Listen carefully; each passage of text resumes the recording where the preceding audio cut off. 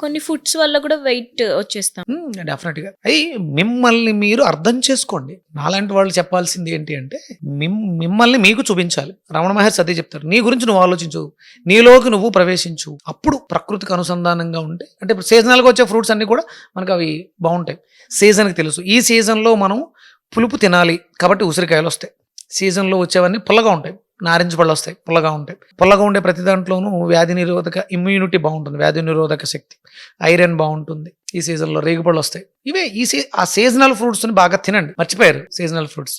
ఈ సీజన్లో మనకి డైజెషన్, గట్ హెల్త్ చాలా బ్యాడ్గా ఉంటుంది. మోషన్ అవ్వదు, తిన్నది సరిగా అరగదు. పుల్లగా ఉన్నవి తింటే అరుగుదల బాగుంటుంది. సీజనల్ వారీగా, తత్వాల వారీగా ఆహారాన్ని తీసుకోండి. అంటే ఏ సీజన్లో అయినా కొన్ని పదార్థాలు ఉంటాయి. త్రిఫలా చూర్ణం, ఉసిరికాయ, తానికాయ, కరక్కాయ మనకి లాక్సేటివ్గా ఉపయోగపడుతుంది. నైట్ వేడి నీళ్లలో తీసుకుంటే, అదే దాన్నే ఉదయం తేనెతో తీసుకుంటే వెయిట్ లాస్కి చాలా అద్భుతంగా ఉపయోగపడుతుంది.